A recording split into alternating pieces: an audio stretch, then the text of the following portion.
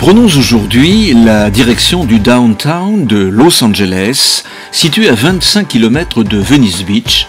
6 voies de circulation de chaque côté permettent de fluidifier le trafic routier rendu difficile aux heures de pointe.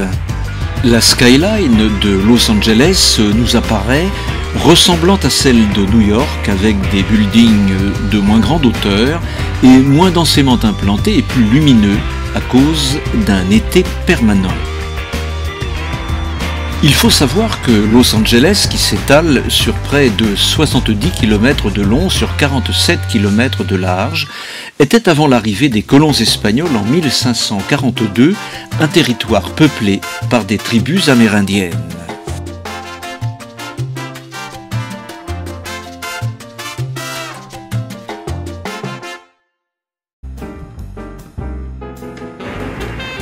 Curieusement, dans cette cité à l'architecture moderne, nous sommes à 2 pas du Pueblo, qui était encore au XVIIIe siècle le village mexicain des premiers arrivants.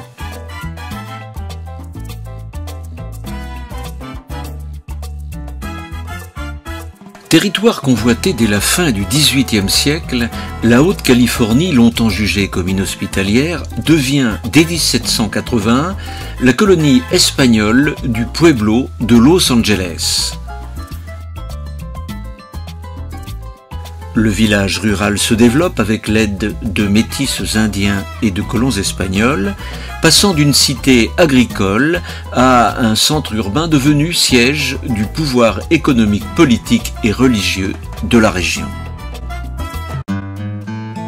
La Californie passe en 1850 sous administration américaine et devient le 31e État des États-Unis. Pourtant, aujourd'hui encore, Los Angeles possède des quartiers hispaniques où les Mexicains travaillent dans des métiers de service et le commerce et parlent toujours espagnol, comme à la télévision d'ailleurs.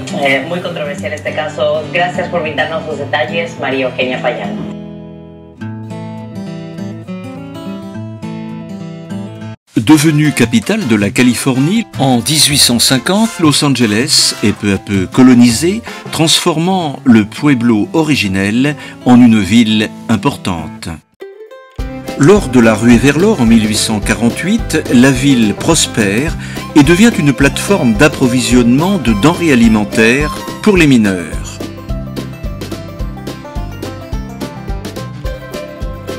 Dans ce quartier juif de Los Angeles, l'or est dans toutes les vitrines. L'arrivée du chemin de fer en 1876 développe Los Angeles, dont la culture des agrumes et des oranges booste l'économie de la région.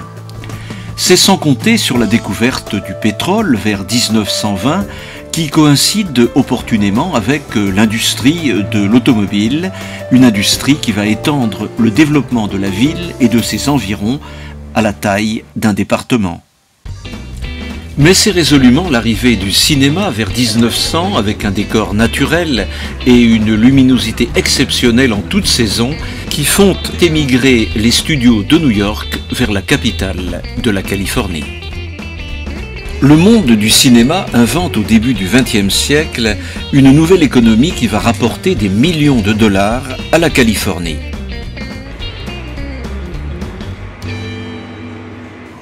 Hollywood, célèbre quartier, anciennement réputé pour la culture des citrons, devient la Mecque mondiale du 7e art avec une constellation de 2500 étoiles qui entretiennent pour la postérité la célébrité des stars de la pellicule sur le fameux Walk of Fame. Mais cette postérité gravée sur les étoiles de Tinseltown, la ville des paillettes donc, coûte tout de même 15 000 $ par acteur, souvent pris en charge par leur société de production. C'est en bordure de ce Walk of Fame qu'ont dormi les stars d'Hollywood, notamment au Roosevelt Hotel, en attendant la remise de leur Oscar, un rituel incontournable depuis 1929.